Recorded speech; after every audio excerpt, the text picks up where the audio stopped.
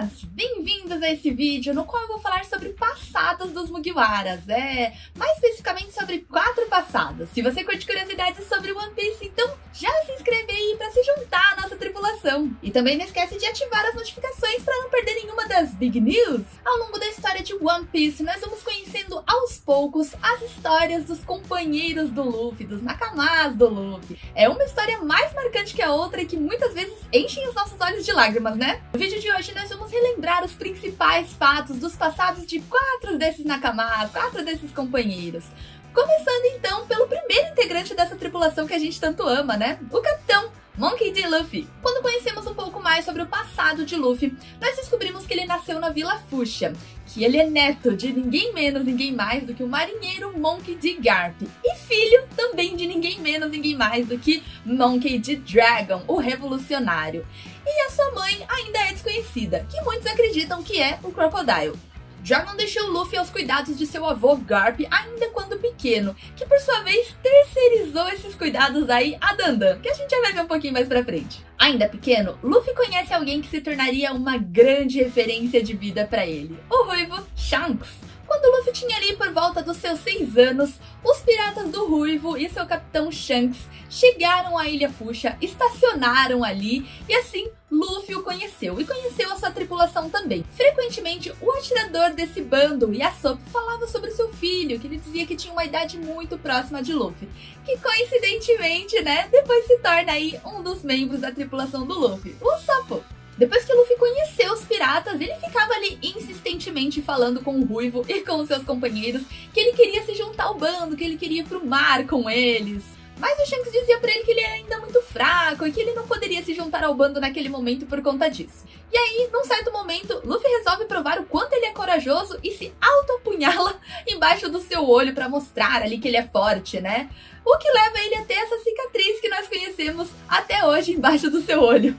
Ainda no passado, outra situação que marcou muito a história de Luffy com a participação de Shanks foi um momento no Bar Parties. Luffy estava lá de boa, junto com os piratas do Ruivo, tomando seu suquinho, comendo seu lanche, e aí ele resolve comer uma fruta que tá ali perto dele, dentro de um baúzinho. Essa fruta, na verdade, era uma Akuma no Mi, mais especificamente a Gomu Gomu no Mi. E após comê-la, Luffy se torna um menino homem borracha, digamos assim. E a partir daquele momento também, Luffy descobre que ele nunca mais poderia nadar. Por conta, né, de ter comido a Akuma no Mi, ele estaria ali amaldiçoado em relação ao mar, nunca mais poderia nadar, e o seu sonho de se tornar um pirata talvez nunca pudesse se realizar.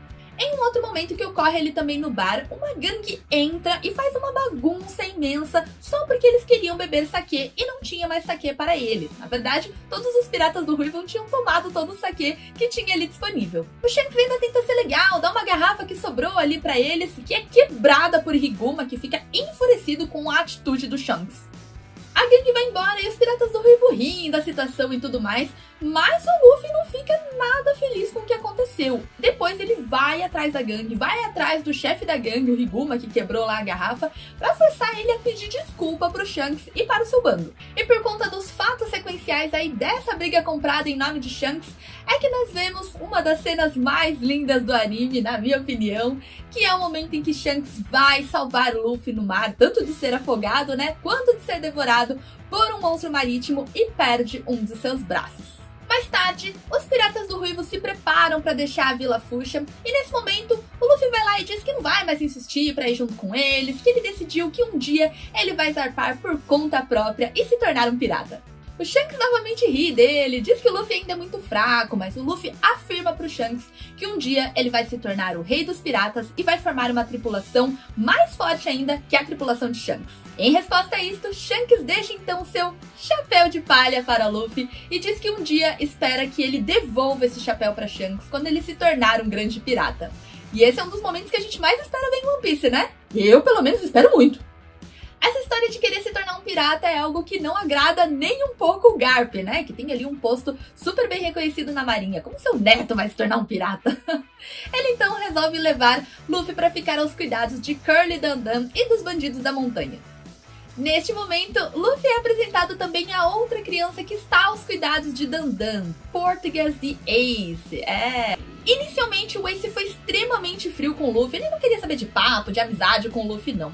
Mas a gente já sabe que o Luffy é muito persistente, né? Todos os dias ele insistia em ir atrás do Ace, em saber o que ele estava fazendo e se tornar amigo dele. E o Ace criava várias situações de obstáculos, de armadilhas, para que o Luffy não conseguisse fazer isso. Um belo dia, depois de tanto insistir, né, nessa trilha aí atrás do Ace, o Luffy consegue chegar até o Terminal Cinza e vê que Ace está ali contando dinheiro com outro garoto chamado Sabo. Persistente, com aquela determinação que a gente já conhece do Luffy, né? Ele insiste bastante ali e consegue ganhar a confiança dos dois, de Ace e de Sabo. Isso ocorre em um momento em que ele é sequestrado e ele se recusa a falar sobre o tesouro que os dois meninos estão ali juntando, guardando para realizar os seus sonhos, mesmo sob tortura. A partir daquele dia, então, os três se tornaram muito próximos, né? Treinaram juntos, viveram juntos, até o momento em que eles resolveram compartilhar os copos de saquê e se tornar irmãos jurados. E dessa mesma forma, os três compartilharam seus sonhos, dizendo que, quando eles completassem 17 anos, cada um deles, eles zarpariam para o mar em busca dos seus sonhos. Diferente da história de Ace e Luffy, que mal sabiam onde estava a família deles, Sabo ainda tinha sua família, mas ele não compartilhava dos mesmos valores fúteis que a sua família tinha. E por isso, ele queria zarpar para o mar e se tornar um pirata. Por uma decisão própria, em um momento muito crucial, Sabo resolve então zarpar sozinho para o mar antes daquele combinado que ele tinha feito com Ace e com o Luffy, e vai viver então a sua vida pirata aí pelos mares. Só que no mesmo dia que Sabo decidiu isso, um Tenryubito, um dragão celestial, estava visitando a ilha e por uma infeliz coincidência, a embarcação de Sabo passou próxima ao navio dele. O Tenryubito acha que aquilo é uma ofensa, né? Aquela embarcação ainda com uma bandeira pirata passando perto do navio dele, e resolve atirar e afundar a embarcação de Sabo. Naquele momento, todos acreditam que Sabo faleceu. Luffy e Ace recebem a notícia e ficam extremamente tristes. Inclusive, Luffy pede para Ace prometer que nunca iria morrer. Uma pausa para um momento de tristeza e reflexão. Pelos próximos anos, os dois continuaram se aventurando e treinando muito para se tornar mais fortes. E durante esse período, Luffy aperfeiçoou muito essas técnicas de soco, aproveitando aí os seus poderes da sua Akuma no Mi. Ace completa então 17 anos e se despede de Luffy, partindo aí para sua grande aventura pirata nos mares de One Piece. Luffy aguardou também completar a mesma idade e se despediu da Ilha Fuchsia, indo para sua grande aventura para se tornar o rei dos piratas. Ufa! Bem resumidamente, essa é a história do passado que conhecemos de Luffy até agora. Vamos conectar o próximo passado com a jornada do Luffy? Ao iniciar a sua aventura pelos mares, Luffy ouve falar de um grande espadachim que é extremamente forte, mas que foi capturado pela marinha. E ele decide que este será o primeiro membro da sua tripulação. Assim, esse espadachim é Roronoa Zoro. Quando conhecemos um pouco mais sobre o passado de Zoro, descobrimos que ele treinou durante um tempo em um dojo da ilha Shimotsuki, e que mesmo quando criança, ele era forte o bastante para derrotar a maioria dos adultos. Ele só não conseguia derrotar a Kuina, né? Que era filha do mestre do dojo, o Koshiro. Depois de ser derrotado pela Kuina em muitas lutas, aproximadamente 2000 lutas, o Zoro decidiu desafiar Kuina para uma luta com espadas reais. Porque até aquele momento eles não estavam lutando com espadas reais, eles estavam só treinando ali. Luta essa que, novamente, Zoro perdeu. Ele até chegou a chorar de frustração e contou pra Kuina que seu grande sonho era se tornar o maior espadachim do mundo, mas, né, perdendo pra ela não ia dar. Neste momento, Kuina conta para Zoro que ela também compartilha do mesmo sonho, mas que ela nunca poderia alcançá-lo. O pai de Kuina tinha dito a ela que as meninas nunca poderiam se tornar mestres das espadas, porque o seu potencial de luta iria diminuir ao passo que o seu corpo amadurecesse. O Zoro chega a ficar meio irritado, né, com esse pensamento derrotista e pessimista ali da Kuina, apesar de ter sido derrotado muitas vezes por ela, né, e diz que um dia ele iria sim vencê-la porque ele era habilidoso e não porque ela era uma menina. Os dois fizeram então uma promessa de que um dia, qualquer um dos dois se tornaria o maior espadachim do mundo. No dia seguinte, Kuina infelizmente sofre uma queda fatal ao descer as escadas do dojo e falece. O que para muitos ainda é um grande mistério. Muita gente acredita que essa morte foi muito mal explicada e que a Kuina ainda está viva em algum dos cantos aí do mundo de One Piece. Ao saber da morte da Kuina, Zoro decide então que ele vai assumir o sonho, a promessa que os dois fizeram e vai se tornar o maior espadachim do mundo por ele e pela Kuina. Ele pede então para o mestre Koshiro para que lhe dê a espada da Kuina, a Wado Ichimonji, para que ele possa então desenvolver a sua assinatura Santoryu. E assim, ele seguraria as suas próprias espadas, uma em cada mão, e a espada de Kuina entre os seus dentes. Vocês sabiam que era a espada da Kuina que sempre ficava na boca do Zoro? Durante a sua jornada para se tornar o maior espadachim do mundo, Zoro ouve falar sobre Draco, Olhos de Falcão Mihawk. Um Shichibukai que tem o título então de maior espadachim do mundo. Zoro decide então partir para o mar para procurar por Mihawk e desafiá-lo para um duelo. No entanto, ao que se parece, Zoro se perdeu e não consegue mais encontrar o caminho de casa. Ah, Zoro, não levou um mapa, um GPS, nada? A fim de sobreviver por conta própria, Zoro rapidamente construiu uma reputação de grande caçador de piratas. Ele ficou conhecido assim tanto no East Blue quanto na Grand Line, já que a própria Baroque Works sabia da reputação dele. E assim, ele foi considerado o maior espadachim do East Blue. E basicamente é isso que nós sabemos do passado de Zoro até o momento. E pra mim ainda temos grandes mistérios, vocês não acham? Da onde o Zoro veio antes de chegar até o dojo do pai da Kuina? Quem é a família Roronoa? Zoro é perdido desde criança e se perdeu também na casa de sua família? A família de Zoro tem alguma conexão com o Wano? Será que teremos também um arco focado para explicar um pouco mais sobre a história e o passado de Zoro? De volta à jornada de Luffy, já com Zoro ali fazendo parte da sua tripulação, Luffy conhece a gata ladra, a Nami, a qual o Luffy descobre que tem grandes habilidades de navegação e logo a convida para fazer parte da sua tripulação. E esse é o próximo passado que nós vamos relembrar. Quando conhecemos um pouco mais sobre o passado da Nami, descobrimos que ela é uma órfã de guerra. Ela foi encontrada ainda bebê durante a guerra pela jovem Nodiko e logo depois pela Bell-mère, que encontrou as duas e decidiu que as levaria para a Vila Kokoyashi e as adotaria como filhas. E aí nós já sabemos que as três se tornaram tão próximas quanto uma família real. Quando criança, a Nami desenvolveu um amor por desenhar mapas de navegação e também um sonho de desenhar um mapa completo do mundo. Para sobreviver e cuidar da sua família, a Bell-mère cultivava um pomar, e as tangerinas que ela vivia davam ali pro básico para elas sobreviverem e não dava para pagar nada mais que o necessário. Como resultado disso, a Nami não tinha dinheiro para comprar os livros de navegação que ela queria estudar, o que fazia ela frequentemente roubá-los da livraria da sua aldeia. Um dia a Bell-mère repreendeu a Nami, ao pegá-la roubando ali um livro, mas reconheceu que realmente a Nami tinha um talento para os desenhos dos mapas e disse que ela acreditava que realmente um dia ela iria alcançar o seu sonho. Chegou um ano em que o preço das tangerinas da Bell-mère caiu muito devido ali à oferta na aldeia e aí elas nem conseguiam pagar pelo básico. A Bell-mère teve que comer as tangerinas e o que ela podia comprar de comida, ela alimentava a Nami e a Nodiko, mas ela não contou para as duas o quanto a situação estava ruim.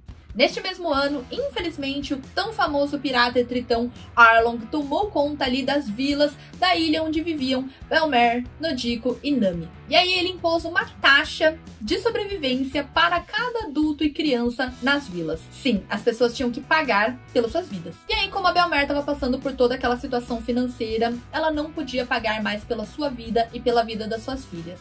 Arlong resolveu então fazê-la de exemplo para os demais habitantes sobre o que aconteceria com eles se eles resolvessem não pagar as taxas. Bell-mère foi então brutalmente assassinada na frente das suas duas filhas. Não bastando esse sofrimento, Arlong vê um desenho de Nami e nota que ela tem ali um talento para o desenho de mapas e a sequestra, forçando-a a desenhar mapas para ele. No entanto, Arlong resolve fazer um acordo com Nami de que se ela conseguisse 100 milhões de berries, ele libertaria a vila dela. Isso então incentivou Nami a trabalhar duro por anos ali ao lado de Arlong e juntar dinheiro para libertar a Vila Kokoyashi, acreditando que quando ela libertasse a vila, aí então ela poderia seguir com seu sonho. Foi assim então que Nami começou a dividir o seu tempo entre fazer mapas para o Arlong e roubar tesouros de piratas para então poder comprar de volta a sua vila. E aí sabemos depois de tudo o que aconteceu e como Nami se tornou uma Mugiwara. Até o momento não sabemos quem foi a família real de Nami, se tem alguém vivo ainda e por este motivo nós não sabemos qual é o sobrenome da Nami. Lembrem-se que por muito tempo nós não soubemos qual era o sobrenome do Sanji, e aí então nós tivemos um arco incrível explicando aí uma boa parte do passado dele. Será que nós teremos algo assim também pra Nami? De volta para a jornada do Luffy, o próximo Mugiwara a ser convidado a entrar no bando foi o Soppo. Lembra que lá na história do passado do Luffy nós conhecemos o seu pai, o Yasopp? Pois é, eu não sei vocês, mas esse é um dos encontros que eu mais aguardo acontecer na história. Quando conhecemos o passado de Usopp, nós descobrimos que ele era um menino que constantemente mentia ali na sua vila sobre estarem chegando piratas da vila. Mas isso tinha um motivo, ele não fazia isso à toa. Como ele sabia que seu pai era um pirata e que sua mãe estava adoecida, ele acreditava que fazendo isso, dizendo que piratas estavam chegando, isso fortaleceria o espírito da sua mãe e a manteria viva. Depois que a sua mãe faleceu, ele continuou fazendo isso e muitos acreditam que ele fazia para tentar suprimir a dor de não ter mais os pais por perto, a família, pelo fato de ter ficado sozinho. Muitos aldeões da vila ali fingiam persegui-lo, atirar coisas neles, mas já estavam acostumados com as suas travessuras. Alguns deles até usavam aquela citação dele sair gritando como um despertador diário na sua rotina. Além de sair gritando pela vila que piratas estavam chegando, o Soppo também constantemente visitava sua amiga Kaia, uma moça de família rica, mas que estava muito doente, e contava histórias para ela, inventava histórias. Eu disse inventava porque nós sabemos que o Soppo não mente, não inventa, ele profetiza, né? Confia! O Soppo também se autodenominou capitão de um bando pirata e escolheu 3 crianças ali da vila, o Ninjin, o Tamanegi e o Piman, para fazer parte da sua tripulação. Piratas do Soppo. Juntos eles criaram várias aventuras piratas, inclusive algumas delas acabaram se tornando realidade, como é o caso dos Cerberus e do dragão que eles fingiam perseguir ali, que era uma lagartixa e um cãozinho. Se você não fez essa conexão, lá em Thriller Bark, a tripulação do Luffy encontra realmente uma figura ali que seria algo próximo de um Cerberus. E lá em Punk Hazard eles realmente encontram um dragão. E muitas das histórias que o Soppo contava para Kaia foram se tornando realidade ao longo da sua jornada aí junto com os Mugiwaras. O que nos faz acreditar que nós teremos ainda muitas das histórias, ou melhor, profecias do Soppo realizadas até o final aí da história de One Piece, não é mesmo? E esse é o pouco que conhecemos do passado aí do nosso bravo guerreiro do mar. Será que teremos mais revelações sobre o passado de Soppo? E o mais importante, quando é que teremos aí esse grande encontro entre Yasop e Usopp? Eu aguardo ansiosamente. E esses foram os 4 passados dos Mugiwaras que eu queria relembrar aqui junto com vocês hoje. Curtiram o vídeo? Querem o parte 2 contando outras histórias aí dos passados dos Mugiwaras? Comentem aí e aproveitem para comentar também outros temas que vocês querem ver por aqui. Se você lembrou de outras informações, outras curiosidades que você considera importante sobre os passados que foram apresentados aqui nesse vídeo, comenta aí também. Aproveita aí também para me seguir nas demais redes sociais e não perder nada do que eu estou contando, lançando e aprontando sobre One Piece. E nós nos vemos numa próxima. Tchau, Nakamas!